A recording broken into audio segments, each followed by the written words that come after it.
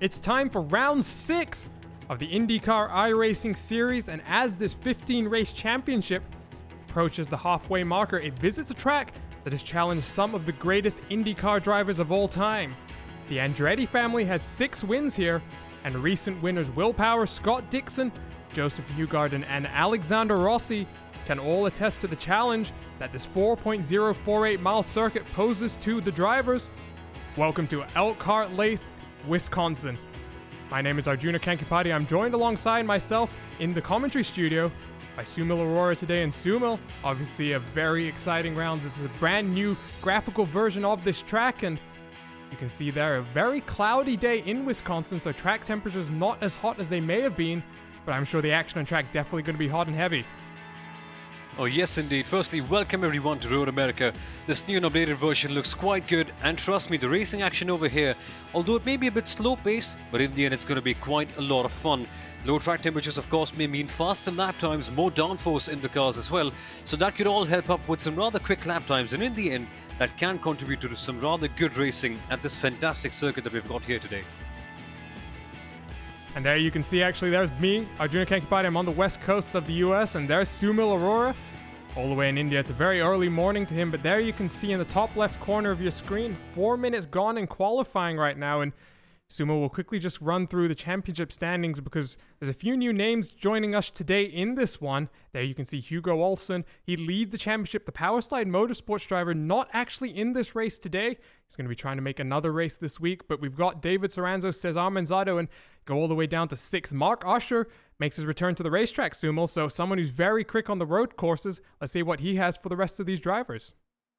Oh yes indeed, Mark Usher, the last time we were on a road course in Detroit, did quite a good job. If I'm not mistaken, he finished in the top 3 after a rather hairy finish to the end of the race, but in the end he was very consistent and very good at doing what he did. So P3, P6 actually doesn't really represent his true potential, but maybe if he can get a good result over here, that can elevate him much higher up in the championship standings, and that can give him justice to his talent.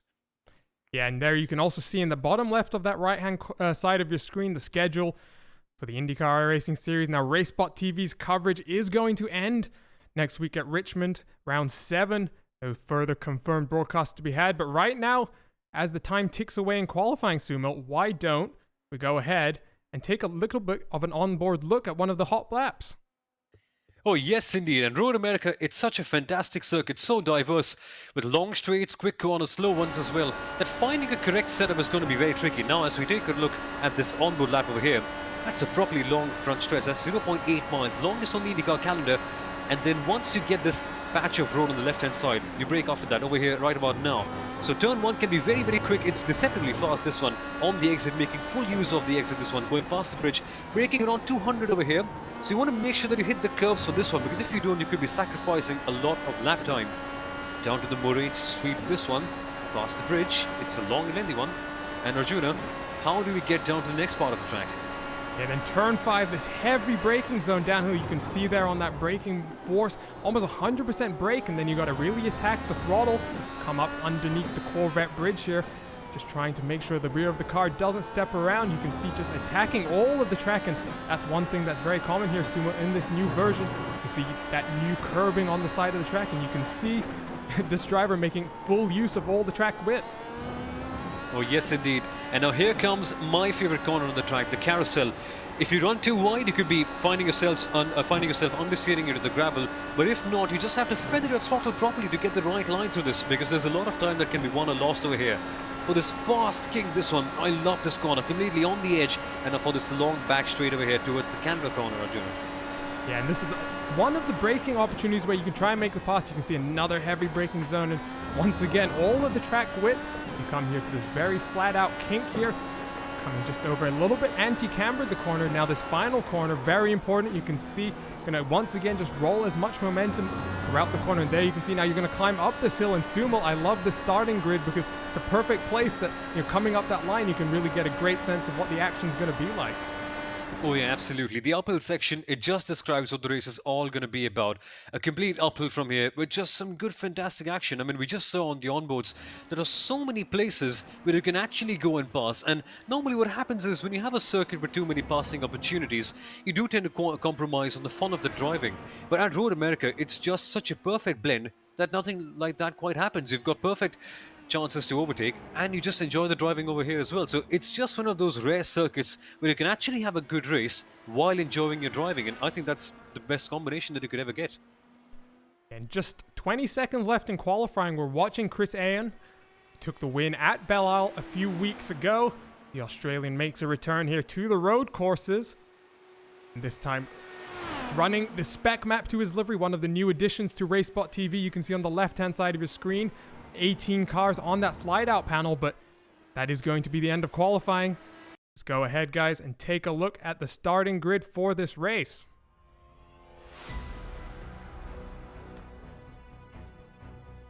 And so it's going to be Brendan Lichtenberg, Broken Arrow and i5G driver, who takes the pole, a 1:43.306. Then you got Ross Banfield lining up next to him, a 1:43.531. You got Chris Ayan and Matt Pavelski completing rows 2 of the grid. We move backwards, it's then Andreas Eick and Mark Usher. Before Powerslides Motorsports, Andrew Kinsella, the first driver from Powerslide, in 7th. And then lining up next to him, it's going to be Eric Winter.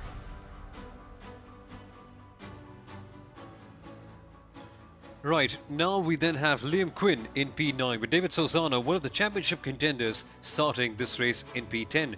John Downing is in 11th with Tanguy Kungenier starting in P12. Vincent Vollen starts this race in P13 with Daniel Deventer in this one in P14. Adam Crane, the regular guy who you kind of see him at the top of the field, he starts this one all the way back in 15th with Matt Huston in 16th, Arjuna. Yeah, and one of our chat regulars, Jason Brophy, trying to tease his teammate Adam Crane there. Then 17th, 18th, 19th, 20th is Will Lyon, Jacob Lehman, Mikel G. Garcia, and Lord Gerhard. And then rounding out the field, it is going to be Lucas Storms, so a few new names in your field, and we'll go ahead and take a look. I do believe, Sumo, they're lining up on the on the start-finish straight. So even though we've got a brand new version of this track graphically, we still have this long pace lap instead of, the shorter pace lap that some of the newer tracks do tend to have. Oh yes, indeed. That may feel a bit long, but it just gives us a good opportunity to kind of preview this race. And frankly, I think this one is going to be all about the strategy. Road America, although it may have multiple slots where you can actually go in and make your moves, this race is one in the longer game, how you play out the strategy. And I think the winner will be the person who completely judges that correctly and manages his driving style according to that, Arjuna. There you can see all the cars lined up. You can see in the background of the shot the brand new NTT bridge that these cars, they're all going to drive under to signify the start of the race. And here they go, they're all pulling away. We got 21 cars. It's going to be a 41 lap race. And Sumo, you mentioned it briefly, pit strategy. I was talking to Adam Crane, and he said that I believe it was in the Wednesday race, he actually two-stopped this race. And when you consider how much fuel saving required, that was a fairly impressive pit strategy there.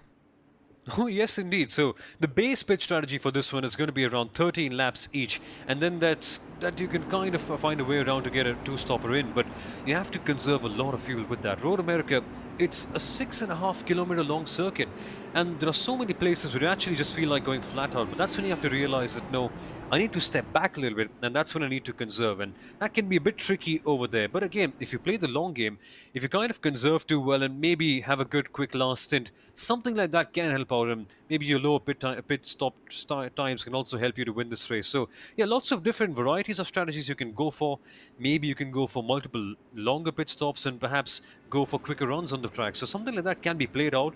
Eventually, a lot of it depends on how you played it out on the track as well. So regardless of whatever the ideal strategy may be, how you actually execute it on the circuit will play a huge role in deciding who is the one who wins this race here tonight at Road America.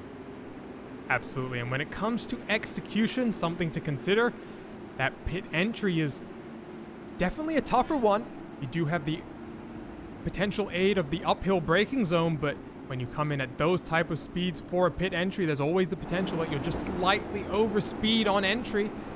Get yourself a nice little 46-second penalty to be sitting there stationary in the box. And just take a quick look through some of the front runners here, Sumo, because I think it's fair to say Brendan Lichtenberg, I'm a little surprised to see him on pole, given that you have drivers like Chris Ayan, he's going to be lining up in 3rd place. And then you also got Mark Usher, who's very quick on any road course. any open wheel car. He's going to be lining up, I think, back in 6th place. So got some faster drivers behind him, but Brendan definitely more favorable, or more, he prefers the oval side of things, but to be here on pole position, a very good qualifying lap for him. And, it also goes to show his teammate Matt Pavelski in 4th place. That setup, those drivers been putting in a lot of work as a team, and it's paid off. Oh yes, it certainly has paid off for qualifying, that's for sure. But the way they're able to execute that in the race is going to be a bit tricky, because the last time we were here in this series at Detroit, we saw Chris Aon execute a strategy to perfection. He knew exactly what he was doing. He led from the front and he dominated the race. So for Brendan over here, it's going to be a bit tricky to try and fight it out against Chris, but he's certainly shown that he has the pace, at least in the 1 laps. How he can be able to convert that into the race pace with Ross Banfield and Chris Aon right behind him is going to be a lot of fun to watch.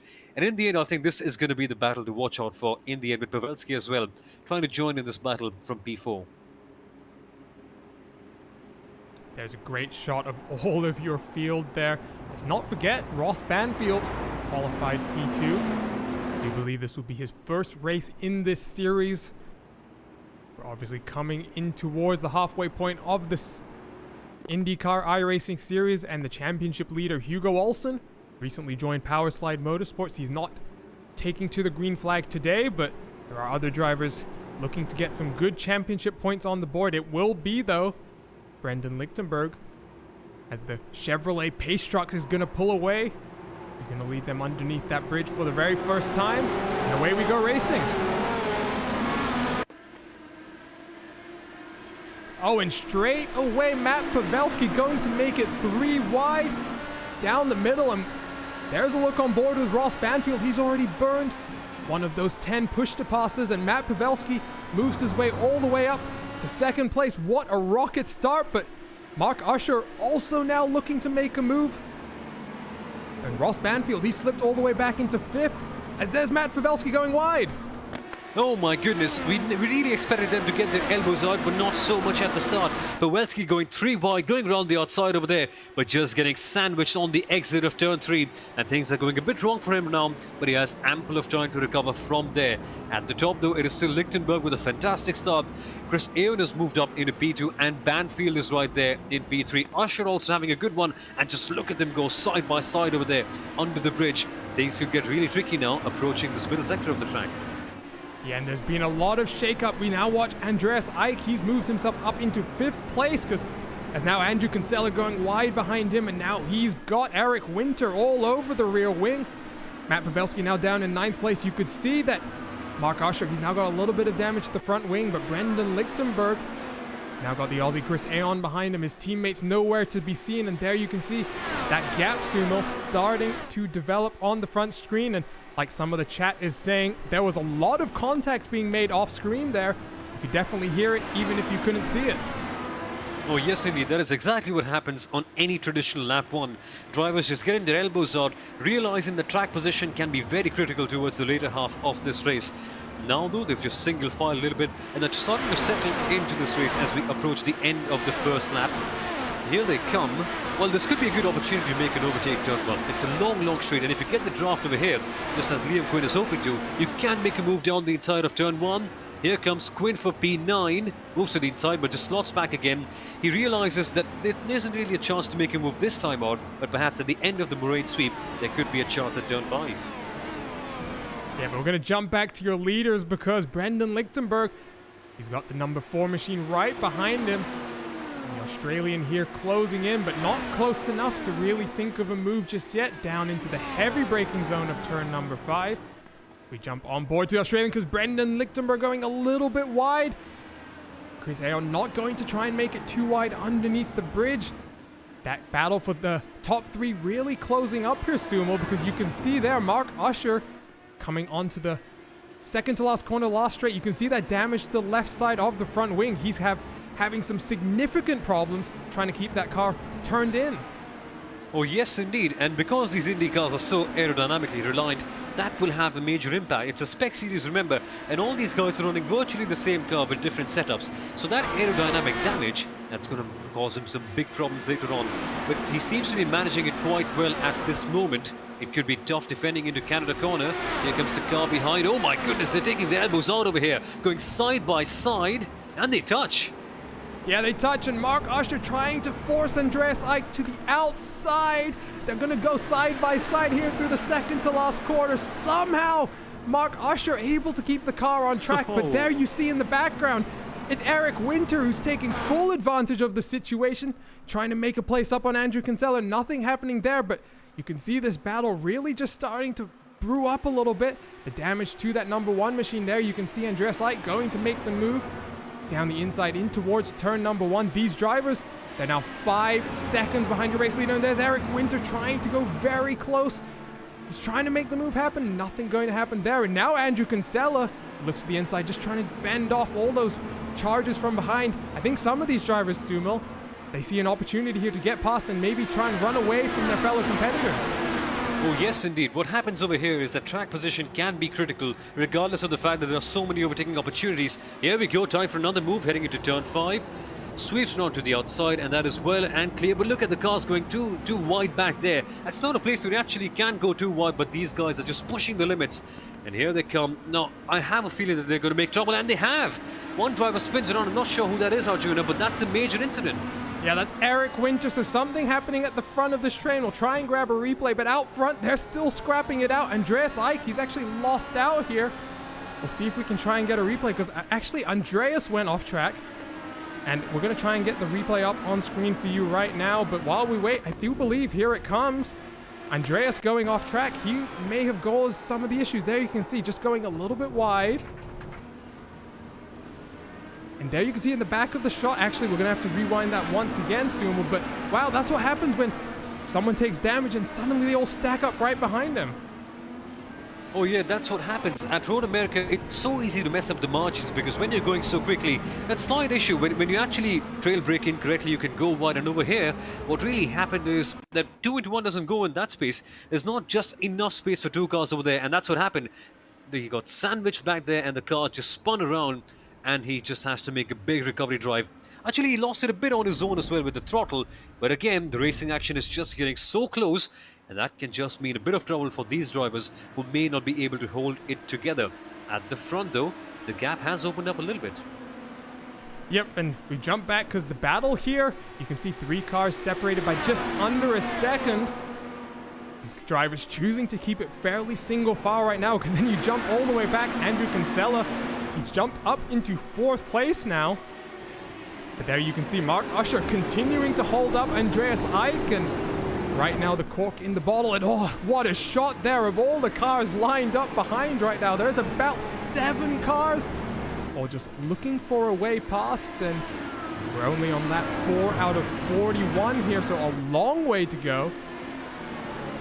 What we can do here is now jump back though to your leaders, because I think we'll see here it's actually Ross Banfield putting a little bit of pressure here, and he may have fallen back a little bit on the start, but Rudolph Motorsport driver really putting the pressure on the Australian now, Sumo.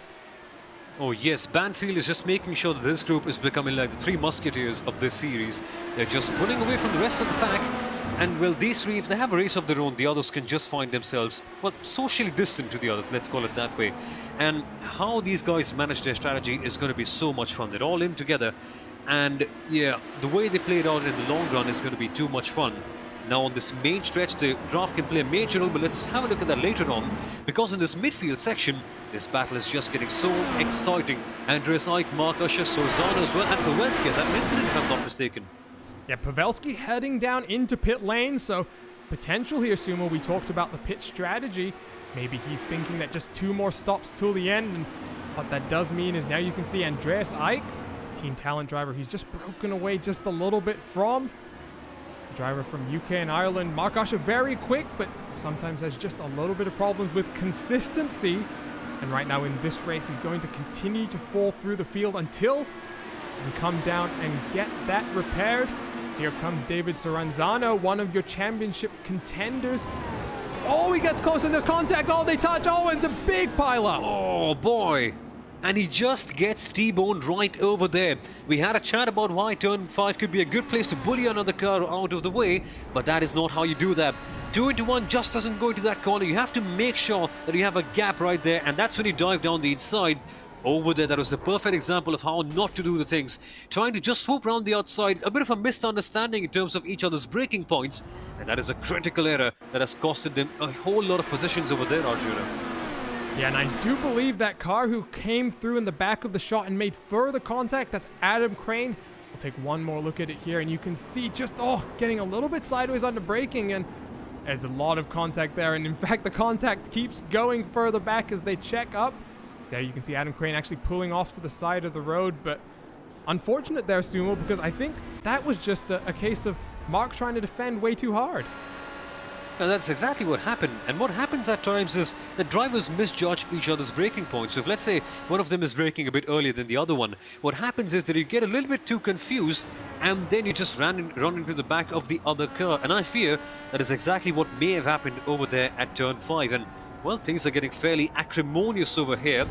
So maybe the drivers should actually just settle down and think about the long game and try and maybe survive in this race. And now Lichtenberg has been passed by Aeon at the back of the screen, if I'm not mistaken.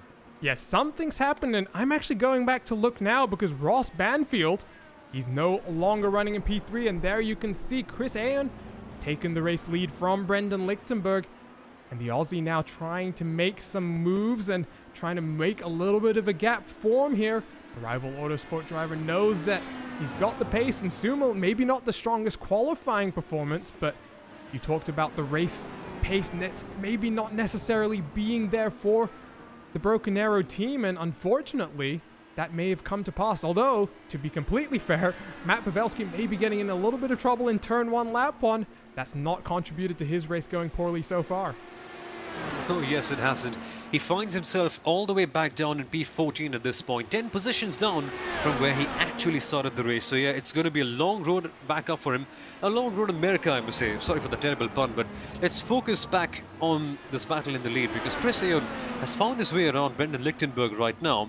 And we had a chat about Lichtenberg having good qualifying pace, but can he convert it back down against Chris Aeon? Because in the last road course race that we had here at Detroit, Chris Aeon was just untouchable. I mean, he didn't put a single foot wrong, and he seems to be in a similar mood over here, in a similar rhythm. So Lichtenberg will have to find something really special to get past Chris Aeon on the track, and perhaps it could be something in pit road, something in the strategy element that can actually give him the edge and could lead him into P1, Arjuna. It's an extremely long lap at Road America, and that does mean, even though it can be difficult at times to maintain your momentum while saving fuel, it does give you plenty of opportunities to save just a little bit of fuel on every single lap. But driver's now on lap 7 out of 41, and Brendan Lichtenberg, you can actually hear him, Sumo, as we ride on board with the 17 car, just lifting a little bit down into turn number 5, and you can actually see him pushing very hard. He's running all the way out to the edges of the track, and Broken Arrow going to be very happy that at least Brendan holding on to this position right now. What we'll do is see if we can jump back to one of the battles further back, because even though it's gotten a little bit more split up, there you can see a nice shot. It's early in this race, Sumo, still a long way to go, and if you can see another driver in front of you, there's a potential that in a few laps time when you come down the pit lane, you could potentially try and make the move happen there. Yeah, exactly. Playing the long game, that's the name of the game over here at Road America. It's a fairly long circuit, this one. 41 laps and 6.5 kilometers, so that's going to be a fairly long race. So, of course, it definitely isn't going to be won in the first 10 or 12 laps. So the drivers are understanding that, and they are just starting to coast off a little bit, trying to manage the strategy. And now we ride on board with Jakob Lehmann. He is in P7, going past the final sector of the circuit. He, of course, is being chased for this position by John Darning. So the gap has just fallen down to around 0.4 of a second. It could get very interesting over here as we now come back to the Bill Mitchell bend. And John Darning, he could make something happen heading into turn 1, Arjuna. If he just gets a good draft, there is just that one opportunity that you can get something done down the inside. But that said, it's a fairly risky place there. It can be risky, but when you're riding on board, you can just about make out on the dash of the Sadie Sim Autosport driver. 10 push to passes still left, so John Downing, he's not used any of those additional 60 horsepower bursts he's going to get, but he closes up just a little bit more here. Coming down in through turn number 3. Let's see if he's going to decide to use it this time around. He gets a little bit wide, though. It's definitely closing, Sumo. The gap slowly just coming down, but once again, maybe just a little bit of fuel saving happening here. It looks, and he's going to try it side by side down into turn number 5. And he's going to clear him fairly easily there, Sumo. Pass not that hard, and I think fair to say Jacob definitely not defending like he maybe would have later in the race. Absolutely, and I think Jacob realizes that staying behind him and making good use of that slipstream can help him save him a little bit of more fuel that can help him be a bit more diverse in the pit stop strategy. But that said, the same slipstream, that can benefit you on the straights will harm you in the corners. Now Jacob tries to go to the outside to get something done around the carousel. That's a tough place to get a move done, but he realizes that staying behind would be the smarter option on the straights, because then being in the draft can help you save up a fuel quite a lot, because then you use less fuel, you use the slipstream of the car ahead, and that can just help you go a little bit longer on the pit stops. But that very same slipstream can be your own rival in the corners, because that can then convert into dirty air, and that can make you oversteer a whole lot, and you can lose a lot of time, and that can also make you just lose connect with the car right in front of you. So that is one thing that Jacob must be aware about, because in the straights you want to be as close as possible, but if you are as close as possible in the corners, well, just prepare for a whole lot of understeer. And one driver who's not going to have to worry about dirty air for the remainder of this race, unfortunately, Ross Banfield, his computer having some technical issues, and he made his debut in this series, in this race, qualified fairly well, was running up in third, and unfortunately not going to get the result that he would have wanted. Some other drivers who have also disconnected, I do believe Adam Crane, he is also out of this race, unfortunately, with a big incident. Mark Usher, the car Adam actually hit in that one down here in turn number 5. He's still on pit lane, although I assume, given that he's been there for about 7 minutes, Sumo, unlikely that we're going to see him come out back again. There are a few other drivers who are doing a little bit of pit strategy here. Matt Pavelski, Lucas Storms, Mikel G. Garcia, David Saranzo, Eric Winter. They've all come down the pit lane. The last 2 names there only came down the last time around, actually.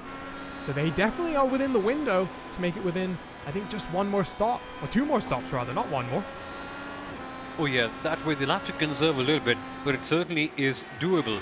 Of course, you need to understand what really fits your driving style as well. So some drivers, naturally, they're a bit more conservative with the fuel, and that just allows them to just save a little bit more and try to, let's say, play the longer game, so to say. But there are other drivers, if you just look back at the Formula 1 season of 2002-2003, at Ferrari, they just made sure that they got the best use of their short bursts. So there are some drivers who are just regularly able to put in some qualifying laps. So again, you need to decide what approach you choose based on how you drive as well. So certain drivers, you may see them going for longer stops by just trying to save a little bit more on their strategy, while some of them may be going for more stops but quicker stints. So that could be something to watch out for, as we now see these cars just closing in the draft. Again, nothing doing so far, but that could be just one opportunity in the middle sector, Arjuna. Yeah, potentially. What we're going to do is we'll jump back to the lead battle, because it's not really a battle anymore. There you can see there's a lapped car in between them, but Chris Aon is really just trying to pull away right now, and just about seeing the back of shot. There is Brendan Lichtenberg. That gap extending by almost 8 full tenths of a second last lap. That gap up to about 2.5 seconds. So he won at Belle Isle a few weeks ago. He's leading here at Road America. He's going to come across to finish the 10th lap of this race. And at this point, Subal, you're just making a comment in our private chat. He needs a bit more competition. It's almost as though we need an additional split, almost a IndyCar World Championship, to entice some of the more faster drivers potentially to enter these races. Oh yes, Chris Aon, I mean, it only is fair to say that we're having 2 sorts of race. So it's Chris Aon racing against the other guys. So like IndyCar versus IndyCar 1.5 or something like that. But Chris Aon, if you just look at his performances in all the races so far that we've had, he has just been so very consistent. He's just nailing down the markers, nailing down the gauntlet, I must say. and just clocking in good lap times and just building up that gap from the top. And even if he makes a bit of a mistake in terms of the strategy, I don't think it'll impact him that much, because he's just building up such a big gap in his driving that even a small mistake here and there, it may not compromise him as much. As we now see him going down the gears, maybe perhaps we can just sit on board with him for a couple of moments over here and just have a good idea about how we take Road America, because that is the benchmark. Tell you what, indeed, let's ride on board from this camera shot for a lap of Road America with the Australian Chris Aon.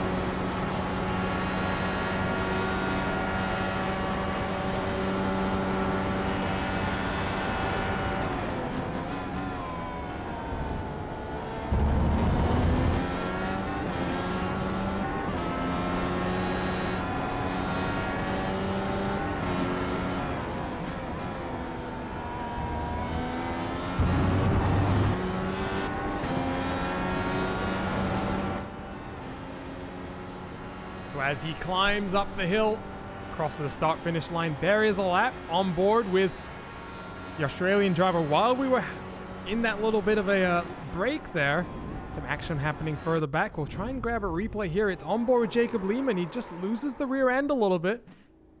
And Sumo, we're going to keep watching here because something else happens a little further down. So Jacob was running right behind John Downing. Unfortunately, now he's all the way down, 9th position. He's lost about 10 seconds on John Downing, so not ideal situation. Yeah, Lehman is just falling Downing down. Sorry for that terrible one. But Lehman, yeah, what really happens when you chase one car is that you get hooked onto their braking markers and something like that. And when you just try and be a bit more desperate to try and make the moves up, you can just, let's say, put a bit too much throttle in or go a bit too wide. And that can happen with these Indy cars because the margin for error is so low. We'll speak about that later on, because there seems to be something happening over here that is Downing under pressure by Vincent Wallen, if I'm not mistaken, Arjuna. Actually, John Downing just moved himself up into 6th place, taking the place away from Winston Wallen. While we were watching that replay, we just cut back just in time, so we'll go back and watch the full replay here. It was down in towards turn number 5. I do believe John Downing getting a little bit of assistance there from the draft. You can see here, no push-to-pass usage, though. And able to get clear very early. But Sumo, these gaps just starting to form now, and like you say, when you get fixated a little bit, you just get a little bit out of that rhythm, out of your zone, just miss your braking point, and that might have been what happened to Jacob, just getting a little bit too much on the power because he's too focused on the speed of the car in front. Absolutely, you just get fit into that zone, and it's so easy to make mistakes over there. It's like your own little bubble, and sometimes it can help drivers just go a little bit extra and just extract that extra performance out of them. But sometimes you can just make those tiny errors, those amateurish errors that you feel that you normally wouldn't do. So I think that may be something that could have happened over there. And remember, these Indy cars are around 700 horsepower, so you've got a lot of power down here on the right foot. So if you just make the slightest of errors while applying the power down, this car can turn it on quite quickly, and that is something that these drivers must watch out for. So you need to be aggressive, you need to be in that zone, but remember, if you just make sure that your throttle movements are not correct, you just could be on the grass, and that grass over here, it's rather relentless. It's definitely relentless, and something happening out front right now, because there's the gap between your race leader and 2nd place. It's about 1 second. And Chris Aon appears to still have a relatively clean car, Sumil, so maybe just traffic playing a little bit of a part, creating an ebb and flow in that gap. But right now for Brendan... Oh, sorry, Sumil. I'm going to cut off there because that is David Soranzo. He's around. I believe that is turn number 5. Oh dear, David Soranzo, one of the highest runners in this championship, getting things all wrong. Now it's time for a replay to see what exactly happened with him. So he's on the chase, he's heading down to turn 5, things seem to be going all well. Has he lost it all by himself? Yes, he has. Lost it in the mid-corner, Arjuna. Yeah, that's a weird one, and let's see if we can ride on board here. You can see just carrying a bit too much speed in. Loads the car a little bit too much, but actually we'll jump back right now because there's action happening out front in the race lead. It is Chris Aon. He's down the pit lane, lap 13, and he is followed by Brendan Lichtenberg, so they're both on the same strategy right now. The driver's choosing not to pit. That's Andrew Kinsella, Powerslide Motorsports, moves himself up into the temporary race lead. Yeah, so here Chris Aon comes into the pit lane, and now this battle of strategy and psychology will be playing out right now, because normally when you want to beat someone, you try and find off a different way around, so that could be going for an alternative strategy like Lichtenberg may be thinking of. But what he's actually done is he's negated out that impact, so he's come into the pit lane at the same time as Aon, who's had a rather quick pit stop. So what they might be doing over here is just negating that impact and making sure that the gap remains the same so that they can beat him on the track and not on the strategy. Yeah, well, there you can see the pit stop time for Chris Aon, 7.7 in the lane. Sorry, in the box, rather, not in the lane. We jump back to Brendan Lichtenberg, who's just coming around turn 3 there, and you can see 2 seconds extra. So whether that's just a little bit worse placement in the box, maybe just a little bit more fuel, this is where that pit strategy starts to play out. And so 2 drivers at the lead of this race, clearly having slightly different opinions on exactly how to play it out. And I think from this point, Sumo, 13 lap stints, you're really going to be struggling to make it on just one more stop. So potentially here, these drivers just deciding that that final pit stop, rather, going to be a little bit different in length. Yeah, exactly. That just opens up a Pandora's box full of possibilities, because you know for a fact that you can't be getting it done in just another pit stop. You may explore the opportunity of going for a 3-stopper and just going all out in the last stint, just clocking in multiple qualifying laps and seeing what happens. So there are multiple opportunities, multiple permutations and combinations that these drivers can actually look out for and perhaps execute to perfection to get the best result. 2 people who would be looking out for the very same thing are Matt Pavelski and Andreas Eick. Both of these guys have had a rather interesting race so far, full of incidents, and now Eick is on the chase for that 7th spot. The gap, of course, as you can see on the screen, is 5.5 tenths of a second, but that could very well close up, Arjuna. Yeah, and something just to note is, of course, Matt Pavelski, he came down pit lane slightly early, so he's 9 laps into his stint so far. Andreas Eick, he's just come out of the box, so just getting his tires a little bit warm, trying to make sure that he's not going to lose them. I can personally attest to the danger of cold tires. I spun on pit exit in a race this Wednesday, potentially cost me the chance to fight for the win, and I believe you could actually just about see just in front of the shot here. You can see Matt Pavelski moving up into 4th. Andrew Kinsella coming out of the pit lane in P number 3 is about 15 seconds behind your race leader. And what's happened as a result of the pit cycle, so your leader's built up that gap once again. It's about 5.5 seconds now, so the Australian Chris Aon has got a nice healthy buffer over Brendan Lichtenberg, and I think potentially, Sumo, we're watching one of the main battles that's going to happen on track here. It's Matt Pavelski until at least he comes down the pit lane, because all of these drivers, they're very separated on the track.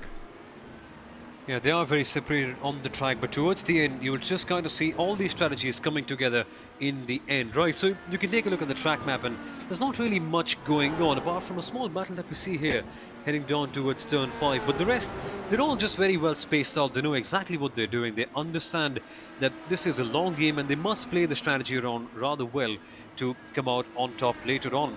If I'm not mistaken, that is Jakob Lehmann, who's back in P9 after that incident of his, so he's doing quite a decent job as well. Maybe just a good comeback could see him score a whole lot of points, but for now, he just has to stay quiet and stay well in that P9. This battle, of course, it's just, the gap is building up, Arjuna. They're trying to understand that maybe just staying away from each other, being socially distant, I must say, it just allows them to clock in some good lap times in open air and perhaps close up to the guys ahead of them. Yeah, potentially, when Matt obviously going to come down in 3 or 4 laps time. So this is the time where he's light on the fuel and potentially just be pushing a little bit harder than Andreas behind him. And you can actually see on the track map there are little groupings of cars here and there, but other than these two where the bubbles are really overlapping, there's not really too many cars really that close on track. You can see the Jacob Lehmann Vincent Wallen battle coming around the last corner right now. And we're going to jump back to the leader. We'll just take a look at how that gap has been building up so far. So Chris Aon still very comfortable right now. And since the pit stop, that gap's been fairly stable, Sumo. So there you can see last time around about 0.8 of a second, but it came down just a little bit more on this lap so far as Rival Autosports' Chris Aon comes around the carousel once again. Yeah, so when they actually pitted, the gap between Chris Aon and Brendan Lichtenberg was around, say, 3.5, 4 seconds. But now Chris Aon has pulled it up back up here, over to around 6 seconds. So yeah, things are just getting better. And even if you look at the timings, Chris Aon clocked in at 144.97 in the last lap after the exit of the pit lane. And Brendan Lichtenberg, he had a 145.82. So yeah, Chris Aon really laying the gauntlet down over here.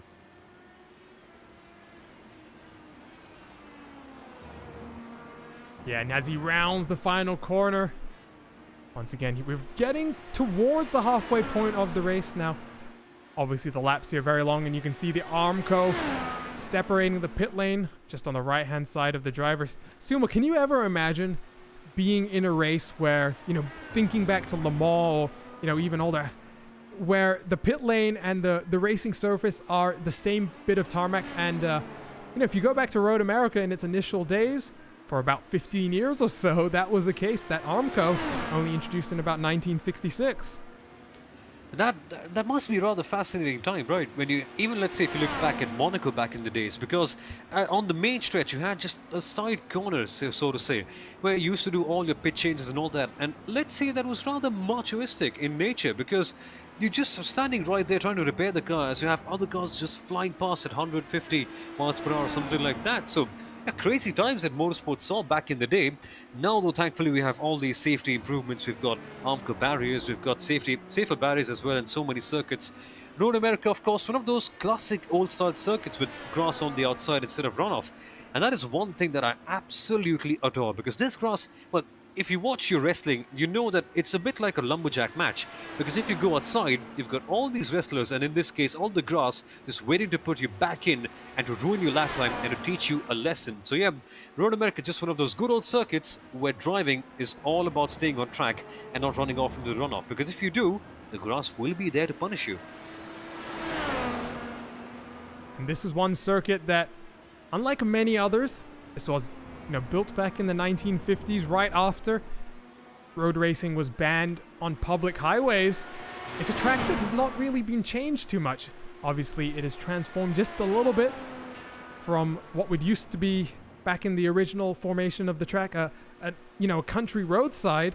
It's now a modern racing facility, an FIA Grade 2 track, and no major reconfigurations to the racing layout, but just adding a little bit more safety. The character of the circuit itself still always rings through, and many drivers and many journalists as well, Sumo, will definitely regard this as one of the toughest tests of racing in North America. Not only do you have these open wheel cars that have come here for many, many years, and you know, many big names have won over the years, but you have the SCCA sprints, the June sprints, and that's got such a long and storied history. If you go back, I think it was to about 1961, as when Roger Penske himself, racing in a Maserati T61, he won that 100-mile race after swapping positions with Jim Hall for every single lap of that one. So it's tested drivers for about 50 years at this point now, 70 years in fact, actually.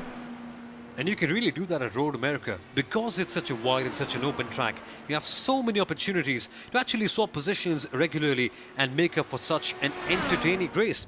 And it's not only the single-seaters that have a good job over here, even the sports cars. When you have IMSA coming around over here, Road America just never ever fails to produce a good race. And when it's not producing a good race, well, it's the drivers who are having a lot of fun, because this circuit, it is so much about the flow, and I just fail to understand why it is such an underrated one.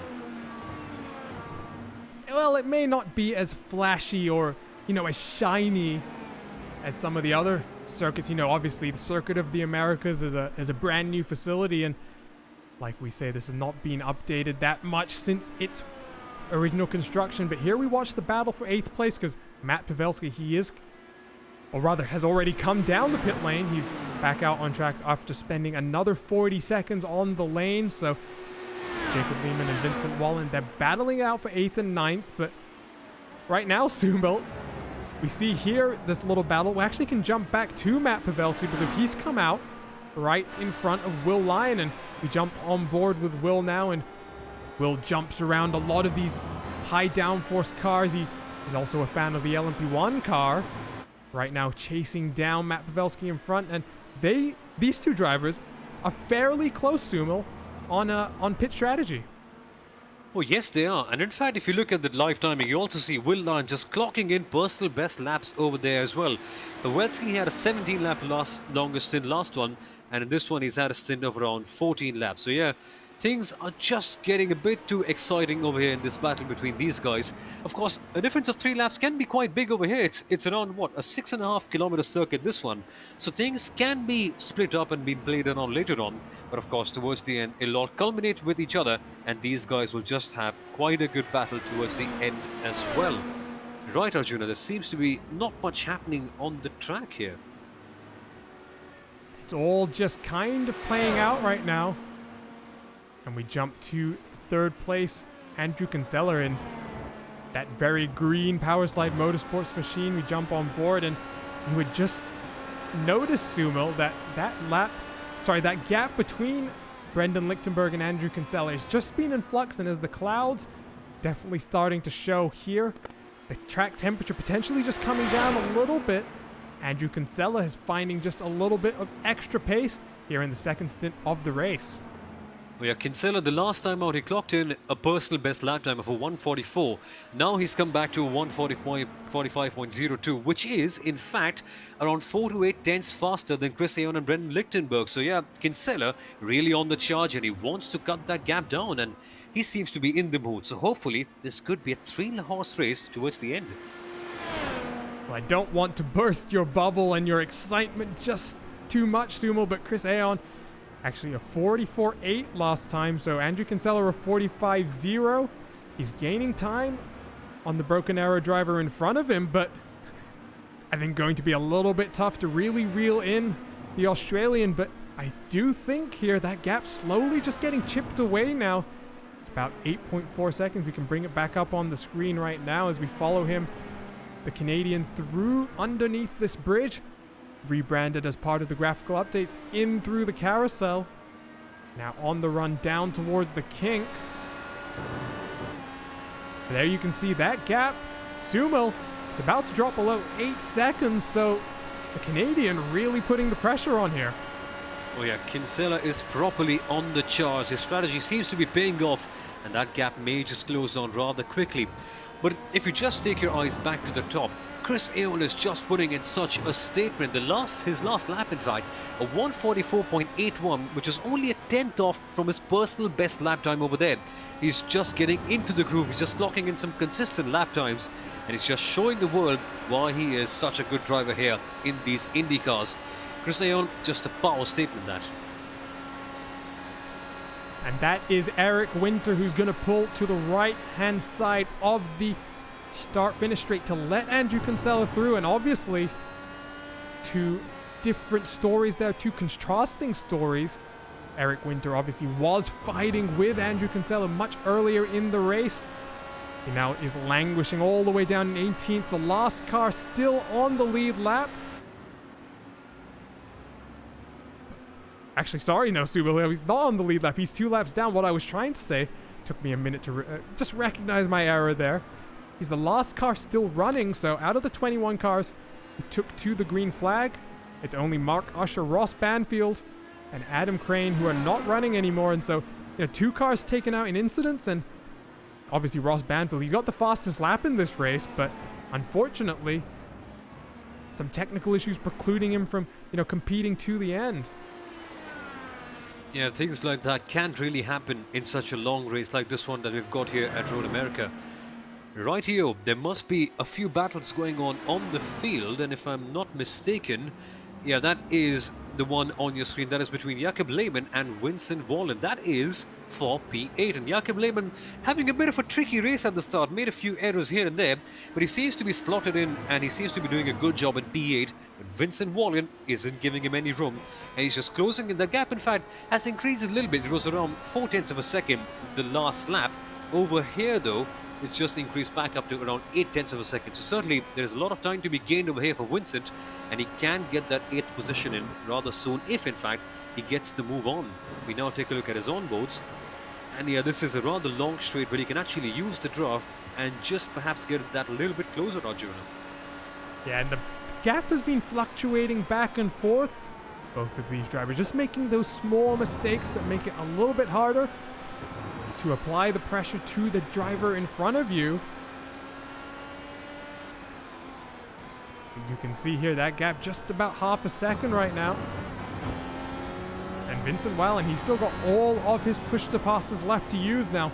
At 60 horsepower, just going to push you along just that little bit more. Not using one here, but there you can see Sumo actually not really closing in that much under draft at least, so maybe that push-to-pass is going to be needed just to close up that little bit more. Yeah, absolutely, and they also need to be very smart considering how they use their push to pass.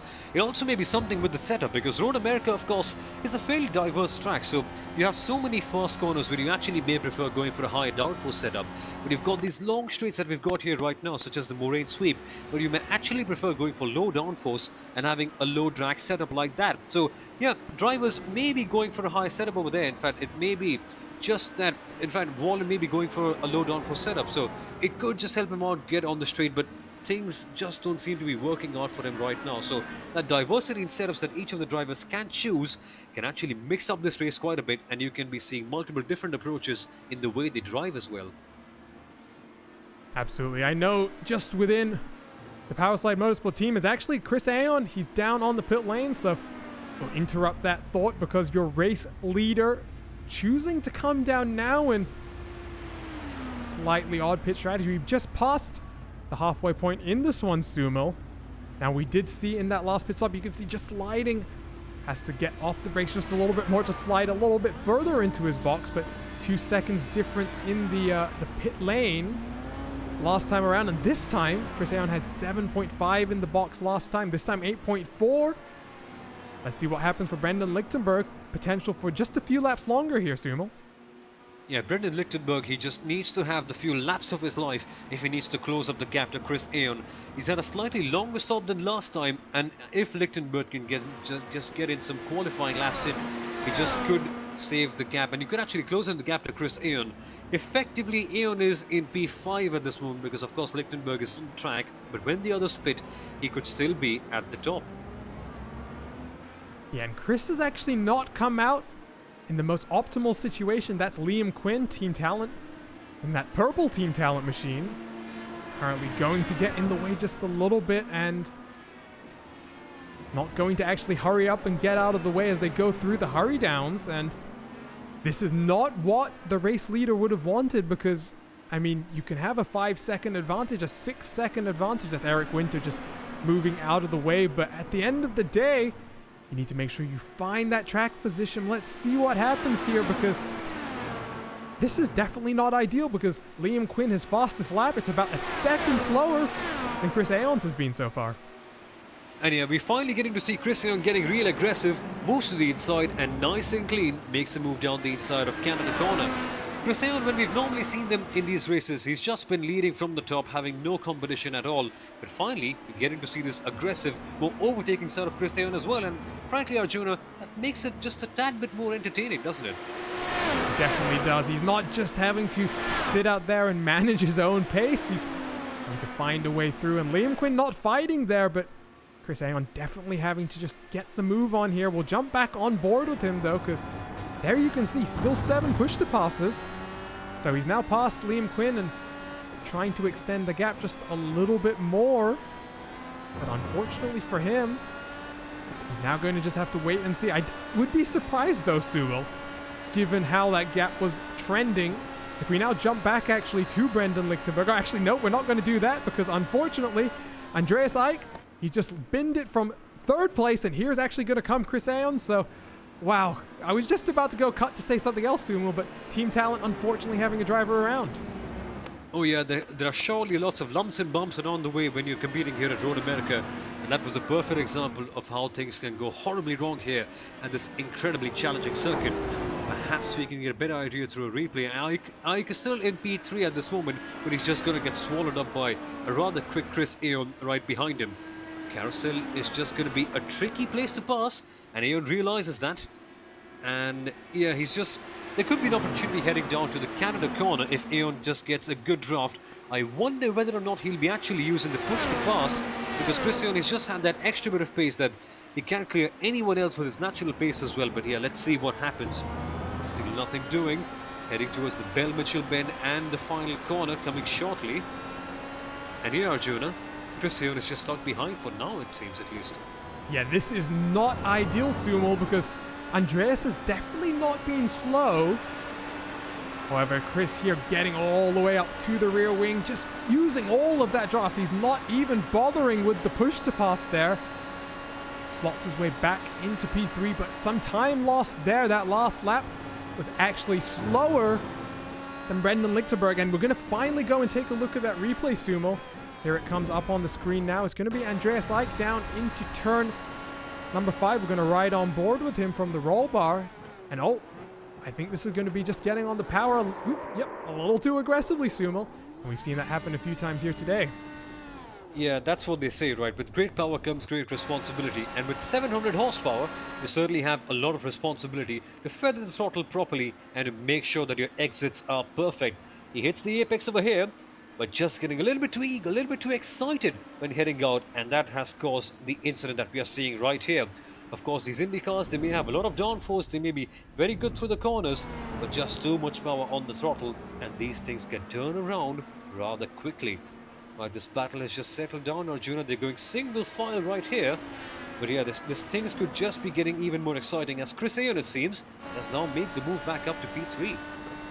Yeah, now that he's cleared, he's struggling to pull away, so Andreas doing a very good job to just hang on to the coattails there of your lineal race leader, I would assume, once these pit stops play out, because here you can see Liam Quinn, Andreas Ike's Team Talent teammate, the red versus purple machines. That little incident from Andreas has just brought Liam up into this battle for P number 4. This is useful though for Andreas because it's just hopefully keeping his pace up a little bit more. We'll now jump back to your race leader though, because Brendan Lichtenberg lap 12 of the stint, so the potential that he's only got 1 or 2 laps more to go. And there you can see actually just in the back of the shot, Sumo, I bring up the right graphic, as one of the lap cars getting out of the way. Look at how that gap has been falling. Andrew Kinsella, the Canadian, really just putting the pedal to the metal right now and using all of that 600, 700 horsepower to really close in and try to challenge for that second place. It seems to be a rather magical performance here from Kinsella. He's just cutting down the gap lap after lap and corner after corner. Seems to be a special performance by him here. If he can just close it in, perhaps this could be a 3-horse race later on. But just getting back to the strategic element, because Brendan Lichtenberg is clocking in around 145.65 and Chris Aon is going a whole lot faster. So things could be getting a bit complicated over here for these guys, and Aon is closing up rather quickly. At this point, I do believe that the Australian is going to be feeling very confident given his pace. The only driver who's currently really faster is Andrew Kinsella, who we were riding on board with, but there's been an issue further back. It's Jacob Liebman again, and looks like turn 5 has caught out another car. Yeah, Jacob Liebman, he's just having he's having rather a disaster of a race, so to say. I mean, he's been involved in so many incidents. Once again, gets on the exit, a bit too excited on the power, and those Indy cars can do those half slides there rather well. It's happened to me so many times when I've done my practice laps over here at Road America, and Jacob Liebman just being caught in that trap. The trap of excitement, I must say, because that right foot, you just get so excited to put the foot down and to get back on the exit. But if you're just a little bit too impatient, things like that can happen rather quickly. Now Kinsella seems to be going hell for leather over here. He's just closing in that gap, and Kinsella, well, he's gained up 5 places since the start, and he is just getting ever so closer. Yes, sorry, Sumo. Something happened on that last lap. Brendan Lichtenberg, 148.303. That gap all the way down 0.3 of a second now, and here comes the number 12 machine. He's all over the rear wing here. Goes through the carousel. I'm not sure what happened there, Sumal, but Brendan Lichtenberg, his pace has really been falling. And now it's all on Andrew Kinsella to really put the pressure on. Let's see here what happens. Brendan Lichtenberg forcing him to the outside, but oh boy, that overspeed, Andrew Kinsella has already cleared Brendan. At this point, Sumal, I have to assume that Brendan, he's just going for some fuel saving at this point. Well, yeah, Brendan realizes that here he has to play out the strategy rather well. He just let him go like a good gentleman over there, but Kinsella, what has he done? How has he been able to make up so much time so quickly? And I'm sure something must have happened over there as we now see Brendan coming into the pit lane. Yeah, it seems to be like he's committing for a two-stop strategy. And Arjuna, this is when things actually kick up. This is when the race really gets spicy. Yeah, and he's right on the edge of being able to make it, in my opinion. So if Brendan Lichtenberg is having to save fuel now, Andrew Kinsella, he's just gone one lap further. He's in an even better situation, and we go back to the strategy element of this one, Sumo.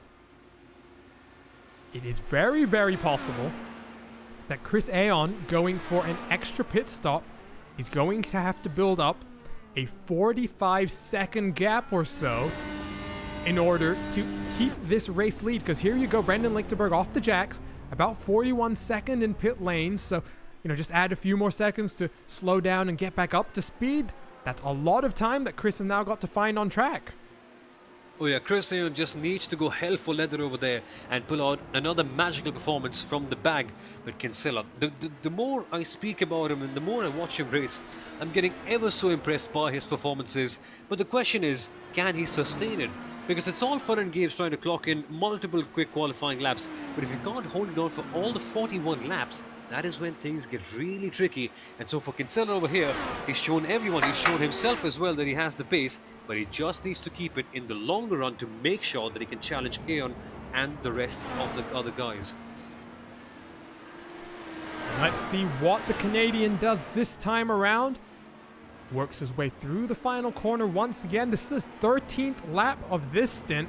And there he goes, pulling down onto the lane. So let's see exactly where he's going to cycle out in respect to Chris... it's not Chris Aon, sorry. In respect to Brendan Lichtenberg, because here is Chris Aon, who appears to be the leading driver on a three-stop strategy. Comes around the final corner as well. And you can see he's about, I think right now, if I'm doing the quick math in my head, he's about 25 seconds, 20 seconds in fact, in front of Brendan Lichtenberg. And Sumil, right now, that's not enough for him to really come down the lane and get one more stop done. So what Lichtenberg has effectively done over here, as we now see, is that Kinsella coming in the pits? If I'm not mistaken, that would be, yes, so Kinsella is in the pit lane. So now what Lichtenberg and Kinsella have really done is now they've put their gambles on the table, and now they've forced Chris Aon to contemplate whether or not he should actually come in the pit lane. They've rolled the dice, and now Aon has to think rather smartly about what his next move is going to be. This is when the race is going to get really fun, and this is when the strategy becomes so interesting, Arjuna. And so this is two different stories of fuel saving here. This is Andrew Kinsella able to go one further lap than Brendan Lichtenberg. He's already built up 2.8 second advantage. That gap updating in live timing in front of us. We can then jump though to Andrew Kinsella. He cycled up into second now. Very strong drive from Powerslide Motorsports in the 12 car now. 15 seconds behind your leader, Sumo. And, given that these stops that these drivers are doing are just about 10 seconds, even if Chris Aon only has to put in about 2 or 3 seconds of fuel, he's not really saving too much time on the pit lane. So he's only got 7 more laps until he comes down the pit lane again. And at that point, expect him to cycle maybe all the way back into 4th or 5th. Now this is when Chris Aon's actual overtaking talents come into play. We've seen him dominating races from the top, but can he win it from a circumstance like this? It'll just be a testament to his abilities, and so far things are just getting trickier for him by the lap. But trust me, watching Chris Aon for so long, you just get a good idea that this guy can just pull out magical performances from the hat. And yeah, it just seems to be another one of those days when when the odds are put up against him, and he needs to put up something really special to get back up to the top. Oh yeah, things are getting really hairy over there for him.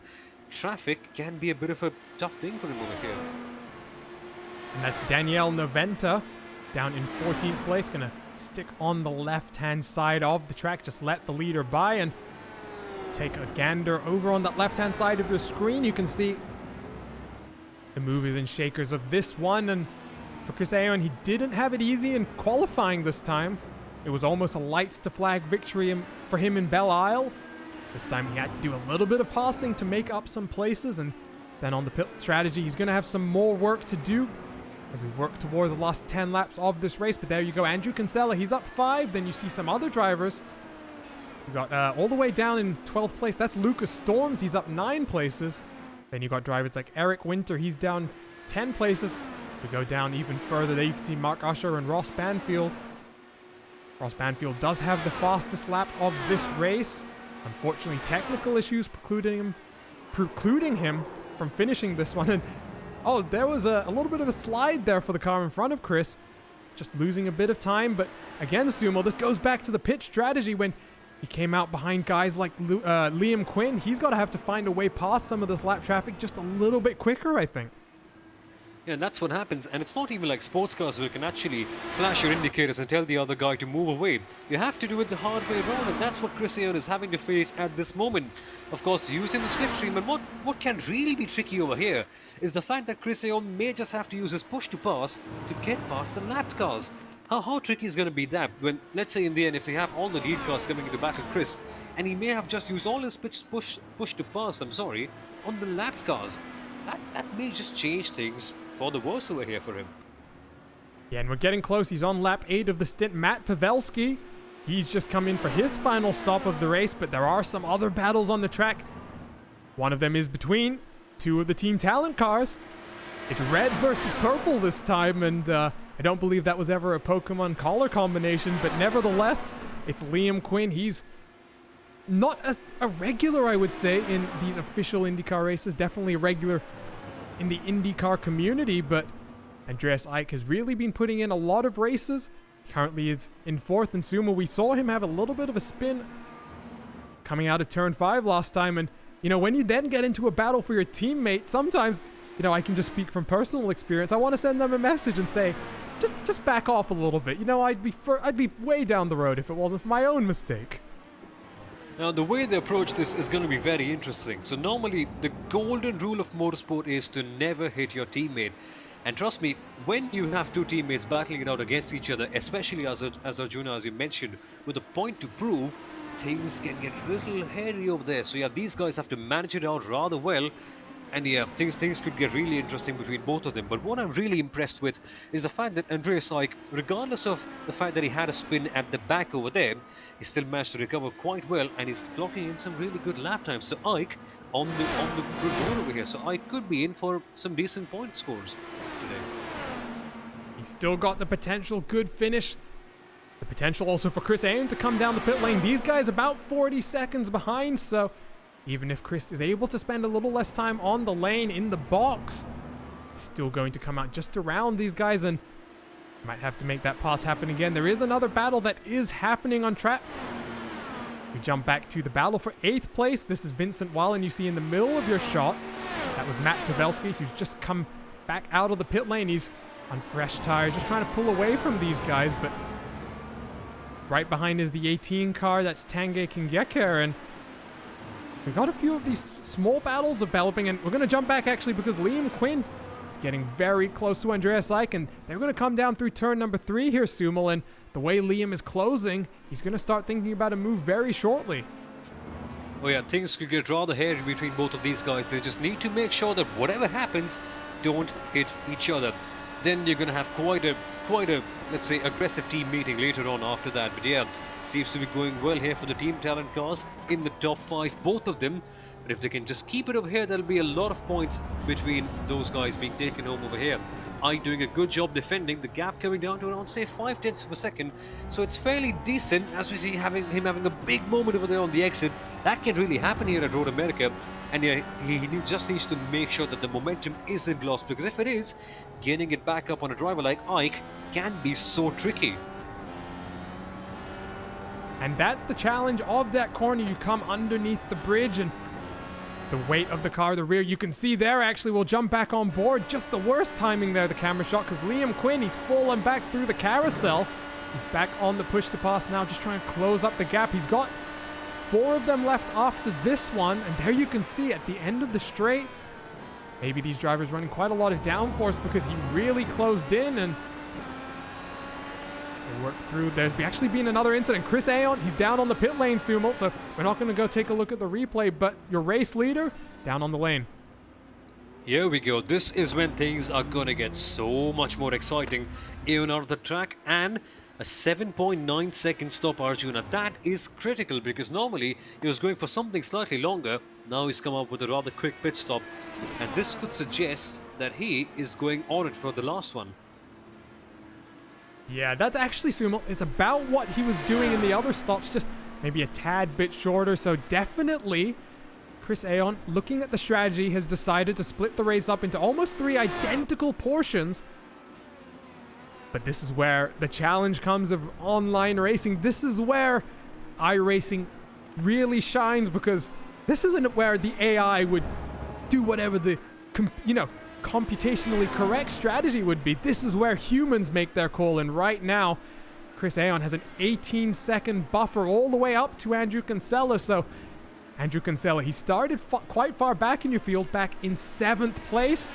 He's now leading the race, and with about 8 or 9 laps to go, Canadian going to be very happy with how this one goes. Andrew's been sitting in that Porsche GT4 class, trying to qualify for the Porsche Esports Sprint Challenge that the Canadian Porsche is being organizing. But I know he's very happy to be back in an open wheel car, to have a lot of downforce. And he's going to cross the line to complete the 33rd lap of the race. And all he's got to do now, Sumal, is just keep up this pace, because Chris Aon, it's a bit tough to catch 17 seconds in about 7 laps time. But considering the kamikaze pace that that Kinsella has been having so far in this race, it's doable if Aon makes a couple of mistakes here and there. Of course, knowing Chris Aon, he won't really be doing something like that. But again, never say never in the world of motorsport. Now, one thing that I really want to discuss now, after we just take a look at this pass for P4 that's going on over here, is the strategy element. I'll just speak about that later on before we just have a look at this replay. Oh boy, the team talent cars going side by side, nice and clean, and thankfully they haven't touched each other. So going rather well over there. As we take a look at another replay, going down the inside of Canada corner, rather textbook move that, and you have a feeling, Arjuna, that he just let him pass over there, just realizing that the team game needs to be played over the self. Yeah, there's the potential there that maybe some push to pass also being used will jump onto Andreas, because when we were riding with his teammate Liam, we saw him using a few push to passes. Andreas still has 5 of those, and Sumal, you're going to make a point about the pit strategy, and right before you do that, I'll quickly just say this push to pass strategy, you also mentioned that at the start, Chris Aon, maybe using some of that to pass the lap traffic, and we get here the last 6, 7, 8 laps of the race, and you want to make sure you're in a position where you find yourself with lots of push to passes, and Andreas is definitely in that position. And now, Suval, we'll finally get to your point. What were you going to try and make about the pit strategy? Oh yeah, so a bit of it, of course, was involved in the push to pass. I mean, of course, better safe than never, you could say. Better late than never, you could say. So having that push to pass later on can really help you out. It just acts like a store, and if you're driving as good as Chris Aon is, it just doesn't really make sense to use them early on as well. So yeah, having them later on just adds to your safeguard, so to say. But yeah, about the pitch strategy, it's really so much fun to watch this. Now, normally in a race like that with nothing really happening, if you just go on and speak about the action on the track, you will just kind of get bored. But because there's been so much happening in terms of the strategy, in terms of drivers just rolling the dice and trying to see what happens, this race has just been so much fun to watch. And before we know it, we're 35 laps in a 41-lap race. So yeah, things, when the strategic element really gets involved, things and your mind just starts to work out, and you really tend to enjoy races like this one. So Arjuna, I think now that the strategies, when they just culminate towards the last couple of laps over here, we should be in for an absolute treat of an ending. 100%, and we continue to just follow this battle for P number 4, because while Chris Aon continues to put the pressure by putting in some fast laps, he's still 10, 11 seconds behind Brendan Lichtenberg. So we'll stick here with the 2 team talent drivers, because there's still the potential for the fight. And Sumo, you're 100% right, because, you know, we get to these last portions of the race, and now Chris Aon is under threat in some ways, because now he knows that his choice of strategy, definitely not the most ideal. He may have had some really good one-lap pace. It's very important as well to just calculate everything out, and two drivers have done that. Andrew Kinsella, Brendan Lichtenberg, they are 1 and 2, and Andrew Kinsella, he's got a 17-second buffer. Brendan has about 11 seconds of his own, so Chris really has a lot of work to do. We're coming to about 5 laps. In fact, we do have 5 laps to go just as I say that, I believe. So time is running out, and I think, Sumo, it's going to be a bit too much effort for Chris to really get back up to the top step of the podium. Absolutely. This is the kind of scenarios where you make your name, or you actually is going to be forgotten by everyone else. So if Chris can actually put out something from the bag over here, if you can actually win this one, it'll be such a fantastic achievement being on the slow strategy. The crucial thing for Chris, though, is the fact that if he has clean air, he can just clock in those superb lap times the next 5 laps and just hope to get something in. P1 looks to be too far off for him right now, but perhaps something, well, it seems to be too tricky for him, but if he can just pull out something from the bag, if he can just manage to get in that miraculous performance, I'll be honest with you, I'll be remembering that name for a very, very long time. And of course, that can only happen, it seems, at this moment, if, say, someone like Kinsella or Lichtenberg make a mistake. That seems unlikely, but again, as I said previously, never say never in the world of motorsport. Never say never indeed, because we've seen some twists in this one. You can never write off a last-minute ending as well. So here we go. That gap officially now between the second and third place drivers has dropped below 10 seconds. So Chris continues to pile on the pressure rather. If we pull up the lap gaps there, you can see last lap around 1 second better. The lap before about 1.2. So the pace is definitely there. It's now all about the word that you used earlier in this race, Sumo, execution. And right now, Chris has got a lot to execute. Someone who's got to execute as well is obviously the leader, because Andrew Kinsella, he knows at this point, Sumo, doesn't have to do any additional fuel saving. 7 seconds to the good over the driver behind. It's in a little bit of traffic now, but if he can keep it clean, Canadian driver looking good for a race win here in Elkhart Lake. Oh yeah, Kinsella has just been... He's just been splendid from the go. I mean, he's made up so many positions, and those quick lap paces have been fantastic. Right. Now, Juna, I've got a question for you. Now, if you're just new to motorsport, and if you're new to IndyCars, you'll be a bit confused looking at that sort of aero screen and that halo right on top. So you'll be wondering what that really is. So that actually is a safety device to protect the drivers from any incoming debris. It's called the aero screen. And the thing with this aero screen, Arjuna, is the fact that it's not just an ordinary one, it also has a halo attached inside it. Now, when I was driving these cars on my simulator, I was feeling a bit worried about the visibility. Of course, in an oval it's not much of an issue, but in a road course, you can't quite see straight. So how do you manage things like that? Because when you're trying to make an overtake, that halo can actually hinder your straight line vision. Yes, well, Sumo is touching on a topic that is a hot topic on the forums, and 21 car Daniel Noventa going to get out of the way of your race leader. And, you know, to be honest, Sumo, I think, the halo as part of this overall aero screen package, at least in my opinion, is not really too bad. And what we can do is we'll jump back to Andreas Ike for just a second, and we'll ride on board with him as he continues to close. And there you can kind of see the general shape of that little bar in the middle, and I think you can kind of get the sense from this camera view that it's much narrower than it is, you know, long. So in terms of the impact, it definitely has a little bit, but it's not as bad as something else that used to be on the IndyCar, the AFP as it was called, which was this big chunk of debris. As Chris Aon, sorry, we're going to interrupt that call, that topic, because Chris Aon, fastest lap of the race at Subil. That gap, it's now 6.8 seconds. He's really throwing everything he can at the kitchen sink, and some of it clearly sticking, because 2 seconds on that last lap he caught up. Oh my goodness, Chris Aon, he's just turned the intensity levels back to 11, a 144.29.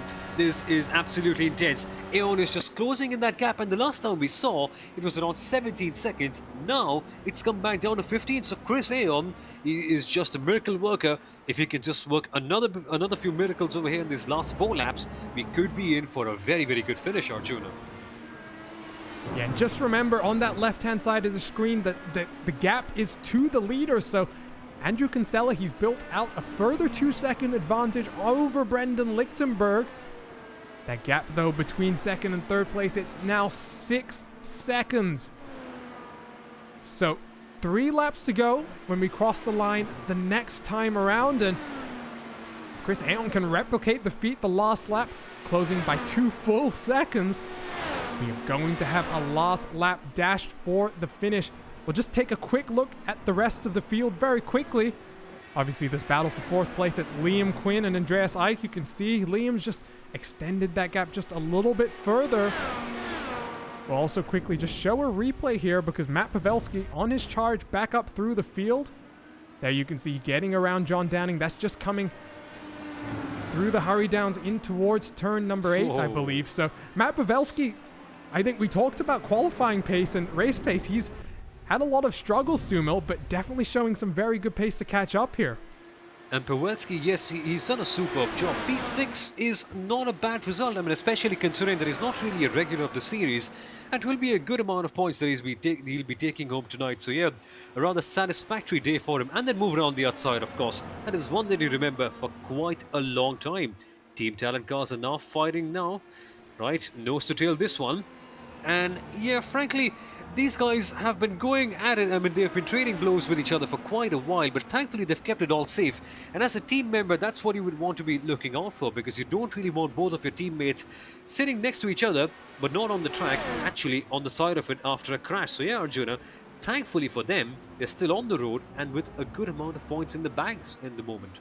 Yeah, 4th and 5th in a field as strong as this. It's only 21 cars taking to the grid, but still a lot of strength and depth on the road side. And we'll jump back to Chris Aon because that gap, it's about 5.5 seconds now. You can see one of the lapped cars in front of him as he goes through the kink. That is Jacob Lehman, who's just like Andreas Eich, been a bit through the wars.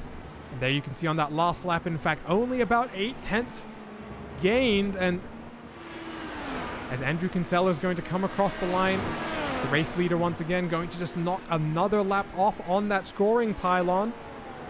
Gap hovers around 5 seconds, and I think Sumo, unfortunately, Chris definitely played some strategy here and he's thrown everything he can at it, but ultimately it's going to be just a little bit too little to be able to get back up into second. I think he'll be fairly happy at the same time given his qualifying performance, but when you have that kind of race pace, I mean, maybe be a little bit disappointed that you got a little bit outfoxed on the pit strategy.